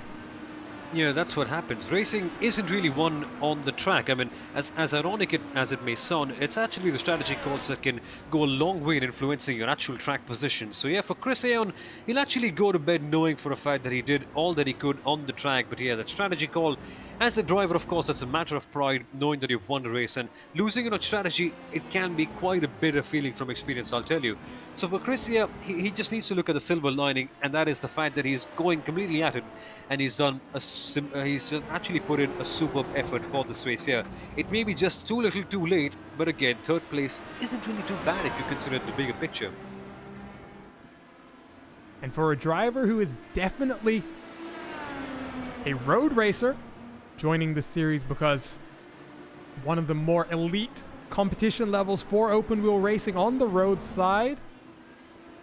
And we continue to watch this battle for 4th and 5th because Andreas Eich, he's getting close down into turn number 5 every single time, but nothing happened. There's another battle that's just brewing here. It's Will Lyon. He's back in 9th position, and there you can see Tanguy Kingyeka right behind him. And in fact, as these guys duke it out, Will Lyon has just got past, in fact. We do have the white flag Sumo. Andrew Kinsella, he's one more lap to go, qualified all the way down in 7th position. I think if you had told the Powerslide Motorsports driver he'd win this race by 10 seconds, given some of the names in this field, he'd be very shocked, but you have to drive the race that you get thrown, and he's made the most of every single opportunity that he's really had to take. Oh yeah, Kinsella has just grabbed this race by the jugular and has led it so well. I mean, you wouldn't really expect it looking at his qualifying position, but the way he's actually performed in this race, we spoke about execution, about being clinical, and that is exactly what he's done. If I'm not mistaken, Arjuna, last lap, and this is a battle between the Team Talent cars, this is the battle that we all expected for quite a while, and here we go. Oh, and the battle's already begun because Andreas Ike, he's back up into P number 4, and Liam Quinn closing down this straight. He's going to take a look to the inside into turn number 5. The two teammates side by side. Andreas Ike going to sweep around the outside, and they're going to stay side by side under the Corvette bridge. Oh, and Andreas Ike able to sweep around the outside and gets a little bit wide, but going to hold on to the corner there. Chris Aon, he's had a little bit of an off. He's gone off track. He's still out there and running though, so these drivers still battling for 4th and 5th, not for the lead, but they'll go around the carousel, and we'll jump back to your race leader because it is Andrew Kinsella. It is the Canadian. Started back in 7th, and he's going to come around this final corner. Going to climb up the hill, come under the NTT bridge. He's going to celebrate this win here in round 6 of the NTT IndyCar iRacing Series because Powerslide Motorsports, it's not Hugo Olsen, but it's Andrew Kinsella. Oh yeah, Kinsella with a commanding drive from the top, and he's celebrating as he rightfully should. What a performance back there, and he's just put in such tremendous driving efforts to try and make sure he comes up with a win, and guess what, he actually has over here. Now though, this battle isn't over because the Team Talent cars, well, it is Ike who's maintained that position. He comes home in P4, and that is a good bag of points there for Team Talent. In the end, they just finished the race without touching each other, and that is a major achievement. Ike in 4th, Quinn in 5th, and it is Lichtenberg in 2nd, and Chris Aon who has to settle this one in P3. Yeah, and we just watched some of the final cars coming around, but what we can do is actually quickly just go and take a look as the final cars come across the line. We'll take a look at that pass for P number 4 because we just about caught the end of it. Here it is down the back straight, the main straight rather. And there is Andreas Ike on the inside, and we'll grab another look and try and ride on board with Andreas this time because there you can see, Sumil, that's what the power of the push to pass is. Oh yeah, he just committed to his line, he stuck with it, and in the end got that ever so crucial 4th position. In the end, Team Talent, they will be very, very happy, but Ike, my goodness, pulling out a move like that on the last lap, well, the other driver will be a bit disappointed, Liam Quinn, but again, that is just hard, good and clean racing with Ike coming home with 4th position. And that was the battle, Arjuna, that we were all waiting for, and in the end, it certainly didn't disappoint. It didn't indeed, and you know, at times this race may be a little bit slow, Sumil, but there you can watch Andrew Kinsella doing a little bit of a victory donut, exit of Canada corner right there, and I think you can see, I think he must be very happy with this one because it's been a rough week for Andrew. I think it's fair to say the Lionheart GP, maybe not the best. He did come home in 4th, but I know Andrew always wants the race win, and finally he's going to get the race win, and here come the race results. It is the Powerslide Motorsports driver who takes home the race win by about 10 seconds from Broken Arrows. Brendan Lichtenberg, then Rival Autosports Chris Aon completes the podium place, but the Australian going to be fairly disappointed that he's not able to bring home the race win. One extra stop and 13 seconds behind, and maybe an opportunity that Chris will look back on in a little bit of regret. Then you go to 4th and 5th because the two Team Talent teammates juked it out to the line, but it was Andreas Ike coming home in 4th place with Liam Quinn coming home in 5th. Broken Arrows Matt Pavelski comes home in 6th with Sadie Sim Autosports John Downing in 7th. Then you got Vincent Wallen, Will Lyon, Tanguy Kingeka rounds out the top 10, and we'll quickly just take a look at the rest of your field. It's Matt Houston, Danielle Noventa, Jacob Lehman, Lucas Storms, Laura Gerdhard, Mikel G. Garcia, David Soranzo, one of your championship contenders, not having a good one here at all, but then Eric Winter, and then some of the stronger drivers, Mark Usher, Adam Crane. I don't believe we're going to get the last driver as well, but Ross Banfield also not completing the race, so 21 drivers taking to the grid and 18 finishing it under their own steam. Well, with that said, It's time for just a little bit of a break here. RaceSpot TV's coverage of the IndyCar iRacing Series live on the iRacing Esports Network will continue after just a few messages from our sponsors. Don't go anywhere.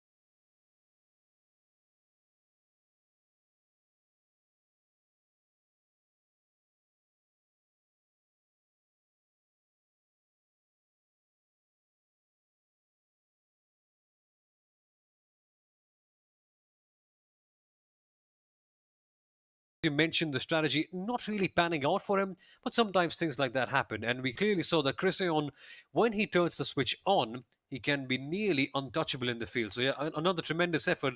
Sadly, though, not really working out in terms of the result. Yeah, and just apologies, guys. Some technical issues there, so I don't think you heard us. So you're just congratulating Andrew Kinsella on his race win, and we'll jump to him now. And Andrew qualified back in 7th place, and there are a lot of strong names in front of you, but you're able to hold on and make that pitch strategy work. Just how excited are you to get this race win? Yeah, I'm definitely excited. I knew I was faster than my qualifying pace showed. Made some mistakes, threw away my first lap, so I had to take it conservative on my second one. So I knew I was faster than at least a few of the guys in front of me. Really excited because I almost didn't make it work. That first pit stop, I realized about 3 laps before I had to pit that I was 10th of a lap short. So I started to go in a big fuel save mode to try and make it that extra lap for the to go 14 on the first stint. And then, yeah, it coughed coming up the hill into the pit lane. So I was on about 0.08 going all the way down pit lane. So that was not my finest strategy moment, but I made it work. And after that, it was just smooth sailing. I knew that I had plenty of fuel for the next 2 stints, so I was able to sort of slowly chip away at Brandon. I was fairly confident Chris was never going to make it just by the pace he was setting. So from there, it was just a matter of whether I could catch Brendan or not. And then unfortunately, I saw him sort of really having to slow down to make the same fuel number I did. So it turned out that I was able to fuel save faster than him, I guess. And so it was just a matter of keeping it on the track from there. Yeah, it seemed like midway before that second pit stop, you seem to have maybe saved enough fuel because you really ratcheted up the pace. You were doing, 44.7s consistently, and you were finding, about a second a lap on Brendan. Was that one of the points where you realized that your strategy was working out well and you knew that you could maybe crank up the pace just that little bit more? To be honest, I was still in full fuel save mode at that point. I actually went faster fuel saving than I did at the end because I didn't have to push anymore once I saw that Brendan was 4 seconds back of me coming out of the pit, so I just went on cruise mode. But yeah, I was still fuel saving for that second stint so that I could have the 13 lap last stint in case Brendan could make it. And in case he was faster than I was, so I would at least have the ability to attack on the last stint. And then I saw I was taking a second out of him, and yeah, I just realized that probably about midway through the first stint, I hit on a really good fuel saving rhythm and technique, so I was able to consistently hit lap after lap the same spots on the track, and I was getting the fuel numbers I needed, and that was all that mattered. Well, it's been a week of road racing for you because obviously Wednesday evening, you had the Lionheart IndyCar Series at the Indy Road Track.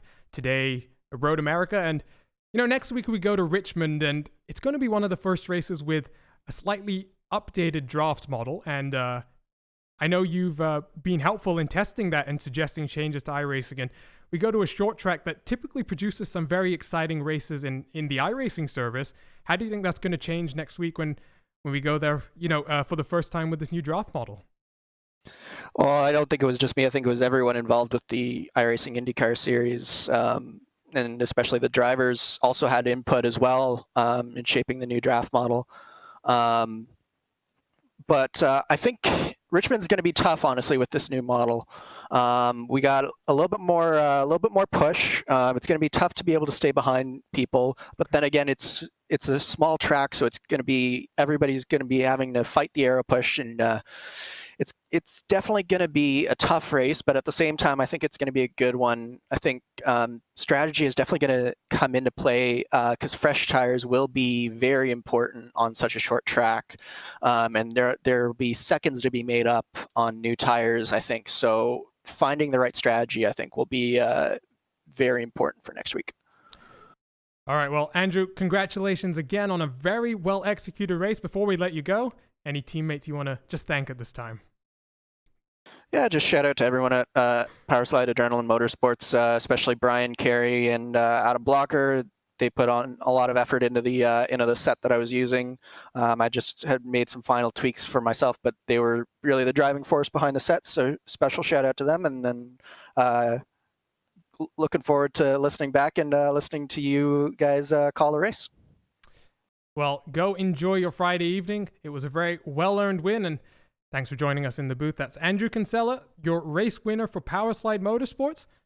And Sumo, good to talk to him, but at this time, I'm going to hand it off over to you because you've got Brendan Lichtenberg standing by. Oh, yes, indeed. Brendan Lichtenberg is here with me, the IndyCar hyperstar. That's what they call him. Brendan, how good of a race was that for you? P2, I mean, in the end, coming off as quite a good one. Yeah, first off, I just want to say hi to my dad at home. He is watching, and yeah, he's having a lot of fun watching these races. So I'm glad he's able to enjoy them. Yeah, in terms of the race, I was very surprised I was on pole. Like I was doing pretty well in terms of race laps, just solid race laps, nothing spectacular. But either I had a really good lap, or there's enough mistakes by the other drivers. I was on pole, and that was really nerve-wracking. But led a few laps at the beginning, and I was pretty comfortable sitting in second. And then the fuel saving came in, which is a story in itself. But overall, it was a really fun race. Yeah, absolutely. Let's touch a little bit upon the fuel saving, because we noticed over there that you were one of the drivers who was actually saving quite a bit. How did that work out for you in the end, and how tricky was that? At a circuit like Road America, where you just want to push too much. Yeah, so fuel saving at Road America is it's very dangerous. For one, start finish is uphill, and if you cut it too close, you're probably not even going to make it up the hill to begin with. So it was a very late call. We didn't know if it was going to actually work. We had talked about it in the week before, and we thought it was impossible. Andrew shared it was, though.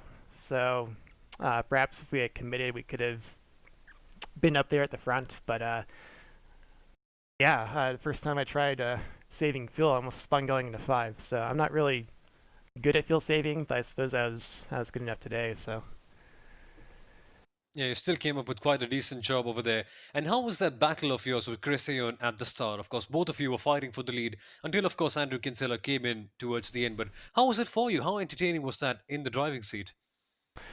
it was pretty straightforward. Haven't seen any of the replays yet, but I knew Chris was going to probably have more overall speed, and eventually he got me into 5, and I was really struggling with turn 5 at the very beginning, was not even hitting the apex like the first 3 laps. So eventually he capitalized on the mistake. He was going to pass me soon regardless, but following him for that first stint just kind of got me in the rhythm for the rest of the race. But overall, it was a great day. A little more pace probably could be used, but I am not going to complain too much for finishing second. So Yeah, absolutely. And well, Brendan, let's look a little bit forwards. The next round is in Richmond. Are you going to be racing there? And if so, what's your approach for that round as such? we'll see. I have a lot of thoughts about Richmond, the real schedule, but Richmond's a very of course, it's a bull ring track. It's going to be very hectic. I'm not the biggest fan of it, but we'll see what we got, and maybe I'll be back. Is it next week or whenever it is? But for sure the team will be there. We'll work on something, and I'll be either driving or watching for sure, helping out. So I am looking forward to that. Well, super. Brendan, it was a pleasure having you over here. Good job in the race. I think a second place is a good way to cap it off. Once again, Brendan, thank you so much for being a part of this one. Yep, thanks a lot. Over to you, Arjuna. Yep, so that was Broken Arrow's Brendan Lichtenberg. He came home in second. And while Chris Ayon hasn't joined us, we do have Broken Arrow teammate Matt Pavelski up in the booth. And Matt, there's a lot of drama for you in that race. I think it's fair to say you had a bit more performance than your finish really showed, given that you had that damage and that incident early in the race. Yeah, I mean, the car was fantastic. As you can see, it was pretty much on rails for that whole race. It let me, kind of make a charge from wherever I was after that first pit stop that I had to take, I think 18th up to 6th on pace. So yeah, the car was great. Got a little argy-bargy there at the start, but I guess that's racing.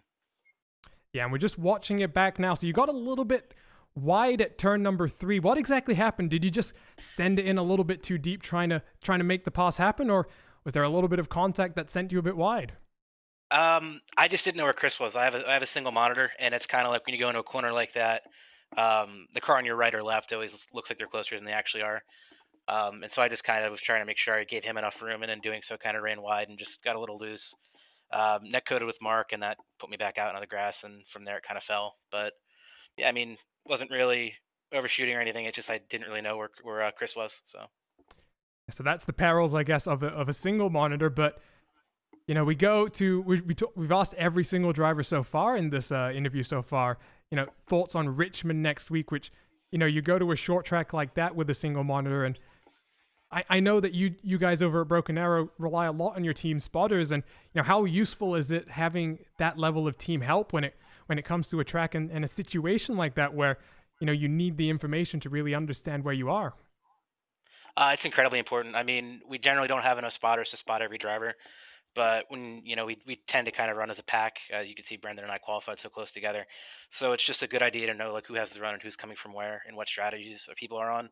Because at Richmond, it's kind of like flying a jet fighter in a gymnasium. You're never really going to be able to see everything. But it's just the level of information you get every lap, whether it be like a clear call or an inside call or just letting you know who's where. It's invaluable. Well, we'll let you go, Matt. Unfortunately, would have been nice to see you fighting a little bit more, but you had a good fight back, and good to see you still recover to a 6th place. So congratulations, and hopefully we'll see you next week at Richmond. Thank you. So yeah, Sumo, that was 3 of your drivers here, and we got a quick look at the start there. That was a little bit hectic at the start, and you know, it's fortunate that that incident with Matt and Mark didn't really devolve into something a little bit worse. Oh yeah, thankfully that really didn't happen. Road America, of course, at the start, you really feel like you're grabbing the advantage of the track position. And what really happens is when you just go a little bit too hard, let's say when you push at 110%, that is when you have accidents like that happening. And we certainly saw that happening so many times in the opening few laps. But yeah, in the end, I think we got a good race, lots of strategies, and the crashes aside, the kind of racing action that we saw and the way we had to actually speculate to figure out who's going to be winning this one actually made it quite a fun race to commentate on, and hopefully for all of you guys watching at home, quite a fun race to watch as well. Yeah, I mean, we commented a few times in that race. It's like, what's happening with all of these laps? They all just seem to just flow by and tick off one by one faster than you can even respond to them. So, like you said, the race definitely flew by in a pretty quick manner. We're obviously back next Friday. We'll quickly just pull up the schedule if I can do that on my screen over here. But we started obviously at Belle Isle, a street circuit, very different challenge to the type of road racing that we saw here today. And then last time at the Texas Motor Speedway, that was the other oval that we broadcasted. We go to Richmond next week. We go from one of the 1.5 milers all the way to one of the short tracks. And, you know, Sumo, 3 different takes from each of those drivers there. And I think 3 different levels of excitement. Absolutely, that's what happens. The IndyCar Series, of course, is built on diversity. You've got different types of circuits. You've got short ovals, long ovals. You've got a super speedway here as well, and of course circuits like Indianapolis, and then road courses like Road America as well. So diversity surely is to be expected in the drivers, in the tracks, and to a certain degree in the way the drivers drive as well. So again, all that is bound to happen. But trust me, Richmond, a short circuit with all these cars so close to each other, I think we could be in for a rather good race over here. Although, normally when people look at short circuits, they think, yeah, this is going to be a bit dull. But trust me, with the level of competition that we're seeing in this series so far, we could be in for a treat. We could indeed. And unfortunately, as of right now, we are not scheduled to cover any more of the IndyCar iRacing Series post that round 7. That will be the halfway point of this series. Go on to some more of the great IndyCar tracks we've had so far this season: Circuit of the Americas, Barber Motorsports Park, Indianapolis Motor Speedway. Now we've had Belle Isle, Texas Motor Speedway, and the Road America. I think, Sumo, it's been quite a fun one, but unfortunately that is going to be it for us here today, because this has been RaceBot TV's coverage of the IndyCar iRacing Series live on the iRacing Esports Network. Don't forget to join us next Friday, the same time, for round number 7 from Richmond. For myself, Arjuna Kankipati, I've been joined by Sumil Arora, and as always, our track cameras provided to us by Istvan Ballo from TrackCams 22. It's been a pleasure to have you guys join us on the iRacing Esports Network, and we will see you guys tomorrow, hopefully, for a bumper weekend with the 24 Hours of Le Mans. So don't forget that and check us out. But for now, have a good night.